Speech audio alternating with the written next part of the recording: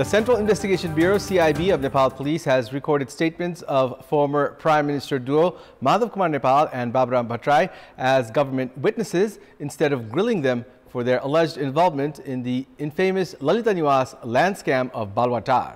This has hinted towards giving the two former Prime Ministers impunity in the land scam. Good morning, I'm Abheudaya Shrestha, and these are the headlines of the hour. CP and UML absent in the all-party meeting called by the President. Ruling coalition agreeing to form an investigation committee to probe into the gold smuggling scandal hints at ending parliament obstruction. Preparations being made to file case in the Lalita Niwas land scam against former ministers and government officials. Former Prime Ministers Nepal and Bhattrai to be only witnesses in the case. Thailand's fugitive former Prime Minister Thaksin Shinawatra returns from 17 years in exile. A historic homecoming coincides with a bid by his political allies to form a new government with some of its biggest rivals. And Nepal women team up against Hong Kong in the T20 International Series that kicks off today in Malaysia. The match scheduled to start at 11:45 a.m. Nepal time. The main opposition, CP and UML, did not participate in the all-party meeting called by the President this morning in an effort to end the obstruction at the Parliament. In the meeting held at the official residence of the President in Chital Niwas this morning, President Paudel urged all the parties to stand together to end the Parliament obstruction. Paudel said that it would be beneficial for the nation and the people if the parties stand together. Apart from CP and UML chairperson KP Sharma Oli, all the leaders invited by the President were present at the meeting. Meanwhile, political parties have agreed in principle to form a high-level investigation committee to probe into the recent gold smuggling scandal. In the all-party meeting held at Singhadarar last night, the ruling coalition parties agreed to establish the high-level investigation committee after the investigations carried out by the Central Investigation Bureau (CIB) of Nepal Police. A three-member task force has been formed to prepare the draft of the agreement. The task force comprises Ramesh Lekhak of Nepali Congress, Subhas Nemwang of CPN UML, and Hitraj Pandey of CPN Maoist Center. The parties have agreed to sign the agreement in the meeting with top brass leaders of parties, which will pave way to end the obstruction at the Parliament. The meeting is scheduled for 2 this afternoon. Prime Minister Pushpakamal Dahal had been making efforts to end the obstruction at the Parliament by calling all-party meetings. Main opposition CP and UML has been obstructing the sessions of the House of Representatives and the National Assembly since 26th of July last month, demanding for the formation of a high-level investigation committee to probe into the recent gold smuggling scandal. Police are making preparations to make public an investigation report on the infamous Lalita Niwas land scam of Balwatar without making former Prime Ministers Madhav Kumar Nepal and Baburam Bhattrai defendants in the case, but making them just government witnesses. The Central Investigation Bureau (CIB) of Nepal Police went to the residences of the two former Prime Ministers on Sunday night to record their statements. Meanwhile, the CIB took a statement from former Minister for Fiscal Planning Vijay Kumar Gachadar last night. Likewise, the CIB has also taken statements of former Minister Chandradev Joshi and former State Minister Sanjay Shah for their alleged involvement in the land scam. The CIB investigation has revealed the involvement of 4 former ministers, 12 secretaries, and 17 joint secretaries in the Lalita Niwas land scam. On the basis of the investigation, the CIB is preparing to submit its investigation report along with suggestions to the District Government Attorney Office. In our Public Voice segment, we had asked people in several provinces what they think of the unhealthy development at the Provincial Assembly with regards to government formation. Let's take a look at what they had to say.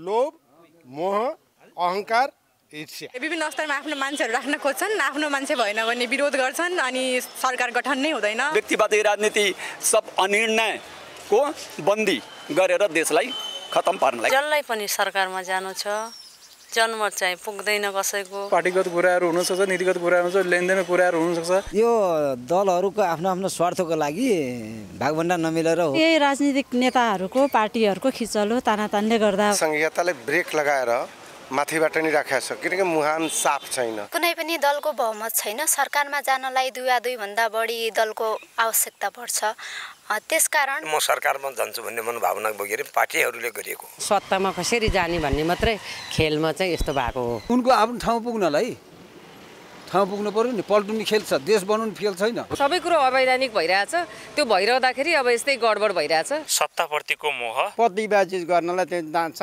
चाँजोमाजो मिलेन त्यस कारणले चाँजोमाजो मिल्न खोज्छन् मिल्दैन प्रदेश सरकारहरू स्थापना भए पनि स्थिर नभइसकेको अवस्था केही व्यवस्थापन नमिलेको कारणले व्यक्तिगत राजनीतिक इच्छाहरू परिपूर्ति हुन नसक्नेका कारणले गर्दाखेरि चाहिँ यो अस्वस्थ खेल भइरहेको यो माथिकै कारणले अब गठबन्धन हुने अनि सरकार बनाउने अब हाम्रो प्रदेशको त अलिकति अङ्कगणित पनि त्यस्तै छ सङ्घबाट नै केन्द्रीकृत रूपमा राजनीति चलिरहेको हुँदा प्रष्ट रूपमा नीति नल्याएर नियमहरू चाहिँ सरकारले जुन ल्याउन सकेको छैन त्यसले चाहिँ गर्दाखेरि चाहिँ खिचातानी ल्याएको छ यी राजनीतिक पार्टीहरू जहिले पनि सत्तालाई नै सर्वोपरि ठान्ने जुन मानसिकतामा जुन कुरालाई लिएर अगाडि बढिरहेको छ यसको प्रमुख कारण यो हो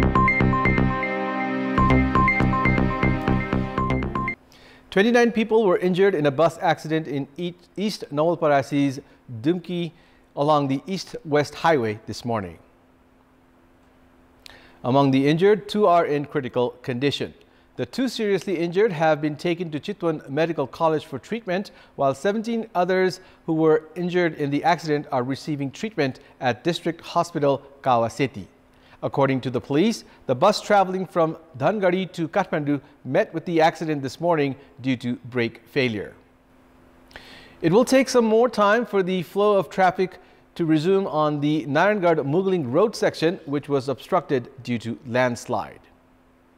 The road section has continued to be obstructed as another landslide fell on the road in Topokola of Ikshakamana Rural Municipality 6 at around 8 last night.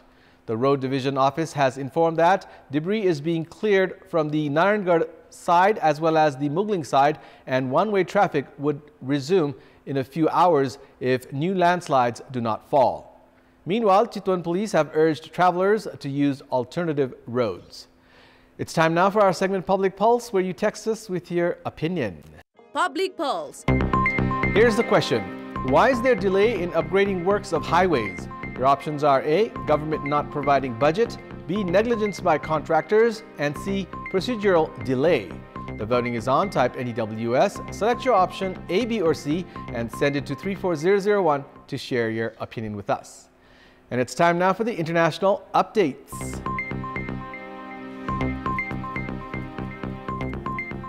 Thailand's fugitive former Prime Minister Thaksin Shinawatra returned today from 17 years in exile, a historic homecoming that coincides with a bid by his political allies to form a new government with some of its biggest rivals. 74-year-old Thaksin, arguably Thailand's most famous politician and the fugitive figurehead of the populist movement Pheu Thai, appeared briefly with family members at Bangkok's Don Muang airport to greet lawmakers, smiling and waving to hundreds of ecstatic supporters before returning to the terminal. Thaksin fled abroad in 2008 to avoid a jail sentence for abuse of power 2 years after the military toppled him, alleging corruption and disloyalty to the monarchy, which he has vehemently refuted. Police said he was arrested after his arrival and taken directly to the Supreme Court for a hearing. Thaksin's arrival came as the lower house and military-appointed Senate was convening to vote on Prime Ministerial candidate Shrestha Thavisin, a real estate mogul, thrust into politics by Pheu Thai just a few months ago. Thailand has been under a caretaker government since March, and its new parliament has been deadlocked for weeks after anti-establishment election winners moved forward were blocked by conservative lawmakers, leaving heavyweight Pheu Thai to lead a new effort. The winner of 5 elections over the past 2 decades, Pheu Thai, a political juggernaut founded by the billionaire Shinawatra family, has agreed a contentious alliance including 2 parties backed by a military that overthrew governments led by Thaksin and sister Yingluck in coups in 2006 and 2014. 60-year-old Shrestha yesterday said Pheu Thai had failed to secure the outright majority it had targeted in the May election, so its only chance of governing was in partnership with some rivals it had vowed not to work with. Ukrainian drone has destroyed a flagship Russian long-range supersonic bomber. Images posted on social media show a Tupolev Tu-22 on fire at Solsi-2 air base south of St. Petersburg. Moscow said that a drone was hit by small arms fire but managed to damage a plane. Ukraine has not commented. The Tu-22 can travel at twice the speed of sound and has been used extensively by Russia to attack cities in Ukraine. The Russian Ministry of Defense said in a statement that an attack by a copter-type UAV took place at around 10 a.m. Moscow time on Saturday. It stated the location as a military airfield in the Novgorod region where Solsi-2 is situated. Sports news. Nepal's women cricket team is facing Hong Kong in the T20 International Series that kicks off today in Malaysia with the participation of 4 nations. Nepal are playing the T20 series in preparation for the upcoming ICC World Cup Asia region qualifiers. Nepal's match against Hong Kong at Biomass Oval in Malaysia today is scheduled to kick off at 11:45 a.m. Nepal time, a short while from now. Although Nepal and Hong Kong were scheduled to play in the ACC Women Emerging Cup in Hong Kong prior to this, the match was cancelled due to rain. Earlier, Nepal suffered a 7-wicket defeat against Hong Kong in the ACC T20 Championship. In today's inaugural match, hosts Malaysia will also face Kuwait. Nepal will play their second match of the series tomorrow against Kuwait and will face Malaysia this Friday in their last group stage match. The top 2 teams will progress to the final, while the bottom 2 will play for 3rd place. The series will give Nepal an opportunity to improve in batting and fitness. Nepal's women cricket team is playing an international tournament for the first time since Cricket Association of Nepal appointed batting coach Devika Palsikar of India. The team under head coach Samsung Jungthapa has included 3 new players. Team Nepal will be playing a practice match against Thailand after the T20 series. The ICC World Cup Asia region qualifiers is scheduled to start in Malaysia from 31st of August.